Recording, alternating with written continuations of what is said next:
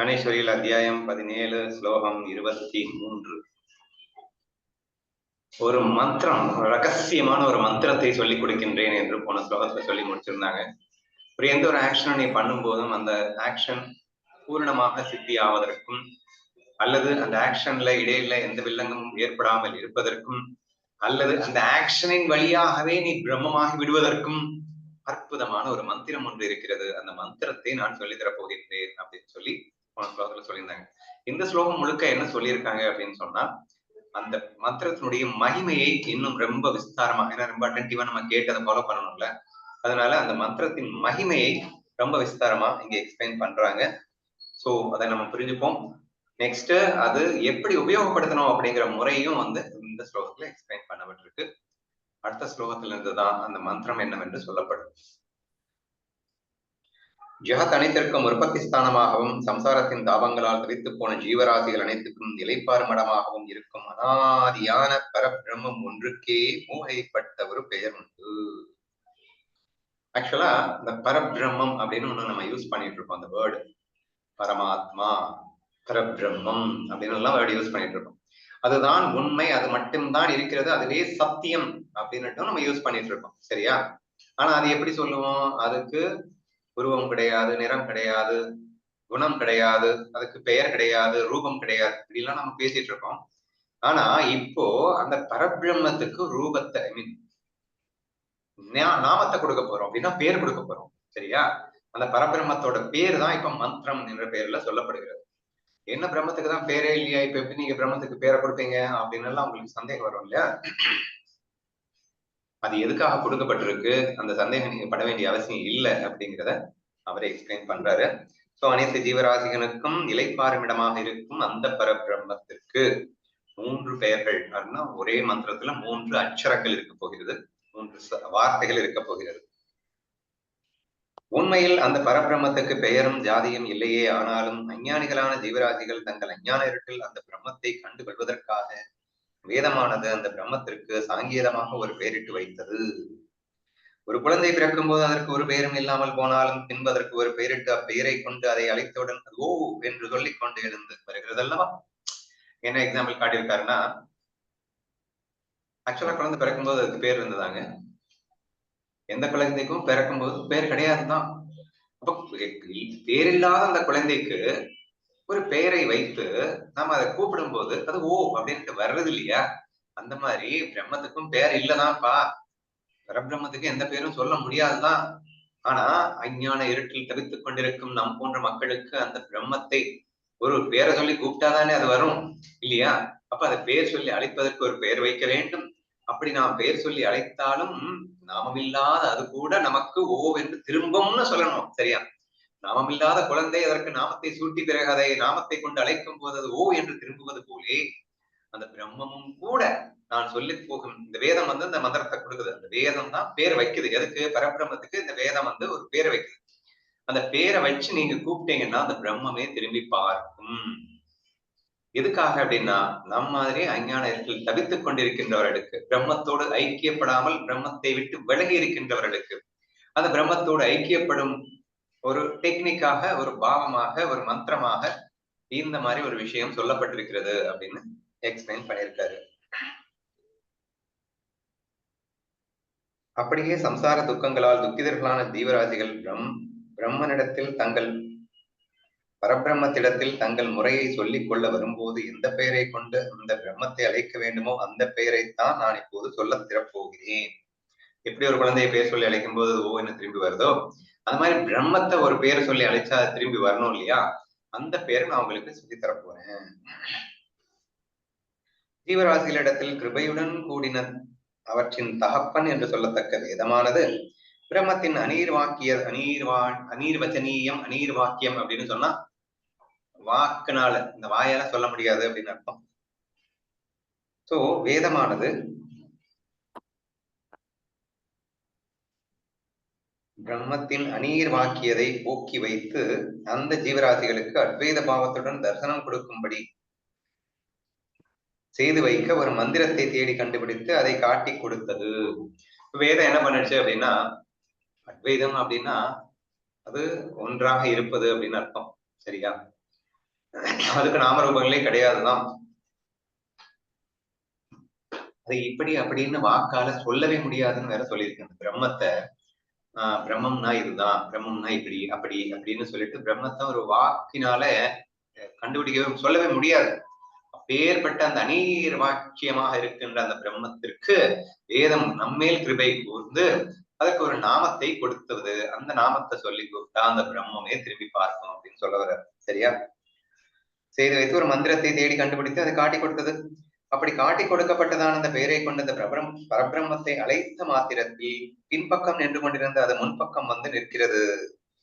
அந்த மாதிரி நான் அந்த வேதம் பேர் வச்சிருச்சு இல்லையா, அந்த பேரை வச்சு நீங்க பிரம்மத்தை கூப்பிட்டீங்கன்னா உங்களுக்கு பின்னாடி இருந்த அந்த பிரம்மம் பரபிரம்மம் முன்னாடி வந்து நிற்கும். அப்படின்னா என்ன அர்த்தம்னா, பிரம்மம் என்பதை மறந்துவிட்ட நீங்கள் பரபிரம்மத்தை அந்த நாமத்தை சொல்லி அழைத்த மாத்திரத்தில் முன்னாடி வந்து நிற்கும் தான், நீங்களே அதுன்னு புரிஞ்சுப்பீங்க, பிரம்மமாகவே மாறிவிடுவீர்கள் அப்படின்னு அர்த்தம் இருக்கு. ஆனால் எவர்கள் வேதம் என்னும் பர்வதத்தின் சிகரத்தில் உள்ள உபனிஷத்தம் என்னும் நகரத்தில் பிரம்மத்தோடு ஒரே பந்தியில் உட்கார்ந்து கொண்டிருப்பார்களோ அவர்களுக்குத்தான் இந்த மந்திரம் தெரியும். ஆக்சுவலா இந்த மந்திரம் வந்து சாதாரண மந்திரம் இல்லடா.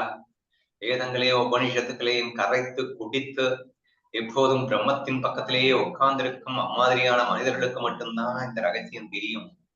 ஆனா உண்மையில் கருணை கொண்டு யாரு ஞானதேவர் நம்மளை பார்த்து பேசுற மாதிரி ஃபீல் பண்ணணும். ஓகேவா?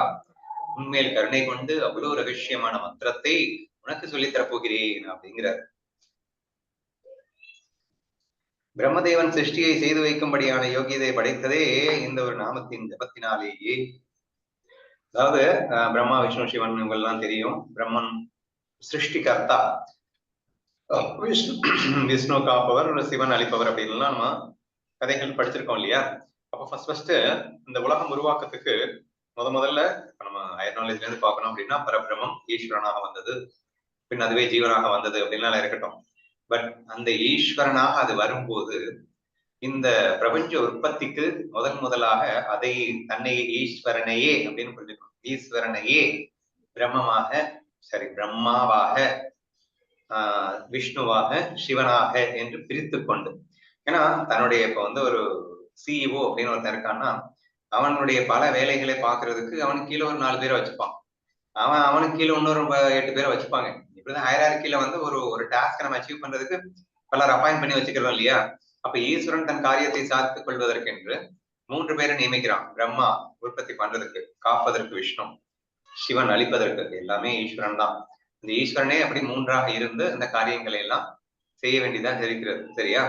இப்போ இந்த கதையெல்லாம் ஏன் சொல்லிட்டு இருக்கேன்னு நினைக்கிறீங்க? இங்க என்ன சொல்லியிருக்காருன்னா, இப்ப அந்த பிரம்மாவுக்கு வந்து என்ன டாஸ்க் கொடுக்கப்பட்டது? பிரஜா உற்பத்தி அப்படிங்கிற டாஸ்க் கொடுக்கப்பட்டது. அப்ப என்ன அர்த்தம்? ஒரு கர்மம் செய்யணும். என்ன கர்மம்? உற்பத்திங்கிற கர்மம் செய்யணும். அந்த கர்மத்தை செய்யறதுக்கு மண்டை குழம்பிட்டு இருக்கும் போது இந்த மந்திரம் கையில கிடைச்சதுக்கு அப்புறம் தான் அவனால பண்ணவே முடிஞ்சதான். இது எதுக்காக சொல்றாங்க அப்படின்னா, இந்த மந்திரத்தின் வாயிலாக உன்னால் செயற்கரிய காரியங்களே செய்ய முடியும், செய்ய முடியாத காரியங்களை எல்லாம் கூட செய்துவிட முடியும் அப்படிங்கிற ஒரு மகத்துவத்தை புரிய வைப்பதற்காக சொல்லப்பட்ட ஒரு விஷயம். இந்த ஒரு நாமத்தின் ஜபத்தினாலேயே சிருஷ்டி செய்ய ஆரம்பிப்பதன் முன்னால் அந்த பிரம்மதேவன் ஒண்டியாக இருந்து கொண்டு, அதாவது ஃபர்ஸ்ட் இந்த வெறும் மந்திரத்தினாலதான் பிரம்மதேவன் வந்து டோட்டலா இந்த உலகத்தையே படைச்சான் அப்படின்னு முதல்ல சொல்லிட்டாரு. ஆனா படைக்கிறதுக்கு முன்னாடி அவன் எப்படி கஷ்டப்பட்டான், ஆனா அந்த மந்திரம் கிடைச்சதுக்கு அப்புறமா அந்த மந்திரம் அவனுக்கு எப்படி ஹெல்ப் பண்ணுச்சு அப்படிங்கறத எக்ஸ்பிளைன் பண்றாரு. இந்த ஒரு நாமத்தின் ஜபத்தாலேயே சிருஷ்டி செய்ய ஆரம்பிப்பதன் முன்னால் அந்த பிரம்மதேவன் ஒண்டியாக இருந்து கொண்டு, ஈஸ்வரன் இன்னான் என்று எனக்கு தெரியவில்லையே, சிருஷ்டி செய்வதற்கு எனக்கு சக்தி இல்லையே என்று சொல்லிக் கொண்டு பைத்தியம் பிடித்தவன் போல இருந்தான். பின்பு அவன் இந்த நாமத்தை ஜபித்து பெருமை அடைந்தான். இந்த நாமத்தின் அர்த்தானுஷாந்தத்துடன் அப்படின்னா அர்த்தத்தோடு அந்த மந்திரத்தை சொல்லணும், புரிந்து கொண்டு சொல்லணும், ஃபீலோட சொல்லணும் அப்படின்னு அர்த்தம். அர்த்தானுசந்தானத்தோடு இதன் 3 அச்சரங்களை ஜபித்த மாத்திரத்தில் விஸ்வத்தை சிருஷ்டித்து வைக்கும் யோகியதை அவனுக்கு உண்டாயிற்று. அப்ப அவ்வளவு கஷ்டப்பட்டுட்டு இருந்தவன் இந்த மந்திரத்தை உச்சரிச்ச உடனே அவனால சிருஷ்டி பண்ண முடிஞ்சது. அப்போது அவன் பிராமணர்கள் நிர்மாணம் செய்து அவர்களுக்கு வேதத்தை சாஸ்திரத்தை கொடுத்து எங்கெங்கள் செய்வதையே அவர்களுக்கு ஜீவாதாரமாக வித்து வைத்தான். முதல்ல அவன் பிராமணர்ல படைக்கிறான். பிராமணர்ல படிச்சு அவங்களுக்கு என்னென்ன வேலைகள் கொடுக்கணுமோ அதெல்லாம் வந்து கொடுக்குறான் அப்படிங்கிறத இங்க சொல்லியிருக்கு. முதல் பிராமணர்களை நிர்மாணம் செய்து வேதத்தை சாஸ்திரத்தை அவர்கள் கையில கொடுத்து எங்கத்தை செய்வது இதெல்லாத்தையும் அவர்கள் கையில கொடுத்து ஜீவானாதாரமாக, ஜீவன் ஆதாரம்னா இதுதான் அவங்களுக்கு இந்த தொழில் பண்ணிதான் நீங்க உங்கள் ஜீவனத்தை வளர்த்துக் கொள்ள வேண்டும், வைத்த எல்லாத்தையும் கல்விக்கணும் அப்படின்னு அர்த்தம். ஜீவனாதாரமாக விதித்து வைத்தான். பிறகு அவன் சிருஷ்டித்து வைத்த இதர ஜீவராசிகளுக்கு கணக்கே இல்லை. அப்படி இவற்றை சிருஷ்டித்து வைத்த 3 லோகத்தை அவற்றிற்கு மானியமாக ஏற்படுத்தி வைத்தான். அதுக்கப்புறம் ஃபர்ஸ்ட் பிராமணனை உருவாக்குனா, அதுக்கப்புறம் சத்திரியன் எல்லாத்தையும் உருவாக்குறான்னு வச்சுக்கோங்க. கணக்கே இல்லாம எக்கச்சக்கமான ஜீவராசிகள் இருந்த மனுஷங்க மட்டுமா இருக்காங்க. எல்லாத்தையும் படைச்சிட்டான். படைச்சிட்டு அப்படி அவற்றை சிருஷ்டித்து வைத்து 3 லோகத்தை அவற்றிற்கு மானியமாக ஏற்படுத்தி வைத்தான். இப்படிப்பட்ட பெருமையை பிரம்மதேவனுக்கு செய்து கொடுத்ததன் நாம மந்திரத்தின் சுரூபத்தையே சொல்வேன். இப்படி ஒரு லோகம் இல்ல, அந்த மாதிரி 3 லோகத்தையே அவனால் படைக்க முடிஞ்சது அப்படின்னு சொன்னா அந்த மந்திரத்தோட மகிமையை நான் என்னன்னு சொல்றது. அப்படிப்பட்ட அந்த மந்திரத்தின் ரகசியமான அந்த மந்திரத்தோடு நான் சொல்லி தரப்போறேன். சர்வ மந்திரங்களுக்குள்ளும் ராஜாவான பிரணவம் முதல் அட்சரம் என்றும், சத் என்பது 2வது அட்சரம் என்றும், சத் என்பது 3வது அட்சரம் என்றும் தெரிந்து கொள் சொல்லிட்டாரு. மந்திரத்தை சொல்லிட்டாரு. அந்த மந்திரத்தை எப்படி உச்சரிக்கணும் அப்படிங்கறதெல்லாம் அடுத்தடுத்து சொல்லுவாரு. சரியா? ஓம் சத் சத், இதுதான் அந்த மந்திரம். சரியா? சோ ஓம் என்பது முதல் அட்சரம், சத் என்பது 2வது அட்சரம், சத் என்பது 3வது அட்சரம். இப்படி ஓம் தத் சத் என்ற மூவகைப்பட்ட பிரம்மநாமம் உபனிஷத்துக்களில் நின்று பூத்த பூவாகும். எல்லா உபனிஷத்திலும் கட்டஞ்சி எடுத்து கரைச்சு உங்களுக்காக நான் இந்த மந்திரத்தை சொல்லியிருக்கேன். இதை நீ சதா முகந்து கொண்டிருக்க வேண்டும். இந்த மந்திரத்தோடு நீ ஒன்றுபட்டு போனவனாய் நீ சாத்வீக கர்மங்களை செய்து கொண்டு வந்தால் கைவல்யம் என்பதை உன் வீட்டில் ஊழியம் செய்ய வேலைக்காரனாகவே வந்து விடுவான். கைவல்யம்னா மோட்சம். சரியா? நீ சாத்வீக கர்மத்தை தான் பண்ணணும். அந்த சாத்வீக கர்மத்தையும் இந்த மந்திரத்தோடு நீ சொன்னா மோட்சம் உறுதிடா அப்படிங்கிற மாதிரி சொல்லி முடிக்கிறார். இப்போ இனிமே என்ன சொல்ல போறாரு அப்படின்னா, மந்திரத்தை சொல்லுனா பத்தாதுப்பா. ஓம் தத் சத், ஓம் தத் சத் ஓம் அப்படி இல்ல. மந்திரத்தை தெரியுது ரகசியம்தான். அந்த ரகசியமான மந்திரத்தை தெரிஞ்சுக்கிட்டா மட்டும் பத்தாது. அந்த மந்திரத்தை எப்படி பிரயோகம் பண்ணணும்னு தெரியணும்ல. இப்போ ஒரு காரியத்தை ஆரம்பிக்கும் போது அந்த எந்த மந்திரத்தை யூஸ் பண்ணணும், என்ன பாவனையில யூஸ் பண்ணணும், என்ன ஃபீலிங்ல யூஸ் பண்ணணும் அப்படிங்கறதெல்லாம் சொன்னாதானே அந்த மந்திரத்தினுடைய வேல்யூ உனக்கு எஃபிஷியண்டா கிடைக்கும். அதனால அதை நான் இப்போ உனக்கு எப்படி சொல்லணும்னு சொல்லி தரப்போறேன் அப்படின்னு அடுத்த ஸ்லோகத்துல ஆரம்பிப்பாரு. இப்ப அதை இங்க சொல்றாரு. அப்பா, கற்பூரத்தால் செய்யப்பட்ட அலங்காரம் ஒன்று நம்முடைய பாக்கியத்தால் நமக்கு கிடைத்தால் அதை எப்படி அணிந்து கொள்ள முடியும், அணிந்து கொள்ள வேண்டும் என்பதை தெரிந்து கொள்வது அவசியம் அல்லவா? கற்பூரத்தால் செய்யப்பட்ட அலங்காரம், யாராவது கற்பூரத்தை எல்லாம் அதை அணிந்து கொள்வாங்களா? சத்கர்மங்களை செய்து கொண்டு அந்த பிரம்ம பாவத்தை, இந்த இடத்துல கற்பூரத்தால் அப்படிங்கிறத விட தங்கத்தால் வேணா போட்டுக்கோங்க. எனக்கு கற்பூரத்துக்கு ஏதாவது மீனிங் இருக்குமான்னு தெரியல. அதாவது நகைகள் ஜெனரலா எக்ஸாம்பிள் வந்து நகைகள் இருக்கு அப்படின்னு சொன்னா அந்த நகைகளை கரெக்டா எப்படி அணிஞ்சுக்கிட்டா, எந்தெந்த நகைகளை எங்கெங்க அணிஞ்சுக்கிட்டா அது வந்து அழகா இருக்கும் அப்படின்னு ஒரு ரூல் இருக்கா இல்லையா? அப்போ மந்திரம் அப்படின்னு தெரிஞ்சுக்கிட்டா பத்தாது. அந்த மந்திரத்தை கரெக்டா எப்படி எந்த நேரத்துல சரியா உபயோகப்படுத்தணும் அப்படின்னு சொல்லணும் இல்லையா? அதுக்காக எக்ஸாம்பிள் சொன்னதுதான் இது. சத்கர்மங்களை செய்து கொண்டு அந்த பிரம்ம நாமத்தை உச்சரித்துக் கொண்டிருந்தாலும் அந்த நாமத்தை உபயோகப்படுத்திக் கொள்ளும் வகை தெரியாமல் போனால் அனைத்தும் வியர்த்தமாகும். நீ சாத்வீக கர்மத்தையே பண்றதா இல்லைன்னு சொல்லல, ஆனா சரியா அந்த மந்திரத்தை தெளிவா யூஸ் பண்ணாம நீ வந்து சும்மா பண்ணிட்டு இருந்தாலும் அது சத்கர்மமாகவே இருந்தாலும் வேஸ்டா போறதுக்கு சான்சஸ் இருக்கு. கோடிக்கணக்காய் சாதுக்கள் தாங்களாகவே வீட்டுக்கு வந்த போதிலும் அவர்களுக்கு பூஜை செய்யும் முறை தெரியாமல் போனால் ஏற்கனவே இருந்த புண்ணியம் கூட ஷயித்து போவது போலே. சாதுக்கள் நிறைய பேர் வீட்டுக்கு வராங்க. இந்த சாதுக்களை எப்படி வரவேற்கணும், அவங்களுக்கு எப்படி பூஜை பண்ணணும் அப்படிங்கிற முறை அவனுக்கு தெரியாம போயிடுச்சு அப்படின்னு சொன்னா அத்தனை சாதுக்கள் உனக்கு வந்து வேஸ்ட் தானடா. அது உனக்கு தெரியணும்ல. இப்ப மந்திரம் தெரிஞ்சா மட்டும் பத்தாதுடா, மந்திரத்தை எப்படி யூஸ் பண்ணணும்னு தெரியணும்ல அப்படின்னு சொல்ல வர்றாரு. சுத்த தங்கத்தால் செய்த நகைகளை அணிந்து கொள்ளும் வகை தெரியாமல் அவற்றை எல்லாம் சேர்த்து ஒரு மூட்டையாக கட்டி கழுத்தில் தொங்க விட்டுக் கொண்டார் போலே. முதல்ல தங்கம்னு நினைச்சேன், அது இங்க சொல்லிட்டாரு. சரியா? சோ தங்க நகைகள் வந்து இருக்கு அப்படின்னா அது எங்க எதை எப்படி கட்டணும் அப்படின்னு முறை இருக்குல்ல. எல்லாத்தையும் ஒரு மூட்டையில கட்டி அதை வந்து கழுத்துல இருந்த துணியை தொங்க போட்டுக்கிட்டேன் ஏதாவது யூஸ் இருக்கா என்ன? சோ ஓம் தத் சத்ன்ற மந்திரம் இருக்குடா கையில, அதை எப்படி யூஸ் பண்ணணும்னு தெரியறது எவ்வளவு முக்கியம்னு புரியுதா அப்படின்னு கேட்கிறார். வாயில் பிரம்மநாமம் கையில் சத்கர்மம் இருந்தாலும் அந்த பிரம்மநாமத்தை உபயோகப்படுத்திக் கொள்ளும் வகை தெரியாமல் போனால் அத்தனையும் வேஸ்ட் ஆகிறது. அப்பா, அன்னமும் பசியும் சித்தமாயிருக்கும் ஒரு குழந்தைக்கு அவ்வன்னத்தை கையால் எடுத்து வாயில் போட்டுக் கொள்ள வேண்டும் என்பது தெரியாமல் போனால் அது பசித்தே கிடந்து கிடக்க வேண்டுவது போல. இத்தனை எக்ஸாம்பிள்ரா சாமி. குழந்தைக்கு முன்னாடி தட்டை வச்சுட்டீங்க, சாப்பாடை வச்சுட்டீங்க, நல்லா வந்து என்ன சொல்லுவாங்க, அது நல்லா பிணைஞ்சும் வச்சுட்டீங்க. இப்போ அதை எப்படி சாப்பிடணும் அந்த குழந்தைக்கு தெரியலன்னா பசிச்சு தானே இருக்கும். ஓம் தத் சத்ன்ற மந்திரத்தை முன்னாடி வச்சுக்கிட்டா மட்டும் பார்த்தாதப்பா, அதை கரெக்டா எப்படி யூஸ் பண்ணணும்னு தெரியணும்ல. அடுத்த எக்ஸாம்பிள் பார்க்கலாமா? எண்ணெய், வத்தி, நெருப்பு இவை மூன்றும் கிடைத்திருந்தும் விளக்கை ஏற்றி வைக்கும் முறை தெரியாதவனால் பிரகாசம் ஏற்படாதது போலே. எங்க இருந்துதான் இப்படி எக்ஸாம்பிள் நமக்கு வருதுன்னு தெரியல அவருக்கு மட்டும். சோ இது விளக்கு தெரியும் இல்லையா, என்ன விளக்கு திரி, அதை கரெக்டா எப்படி வச்சு எப்படி ஏத்தணும் அப்படின்னு தெரிஞ்சாதானே அது வந்து பிரகாசமா எரியும். எல்லாம் இருக்கு ஆனா எப்படி எனக்கு வந்து விளக்கு ஏத்தணும்னு தெரியாதுங்க அப்படின்னு சொன்னா பிரகாசம் வராது.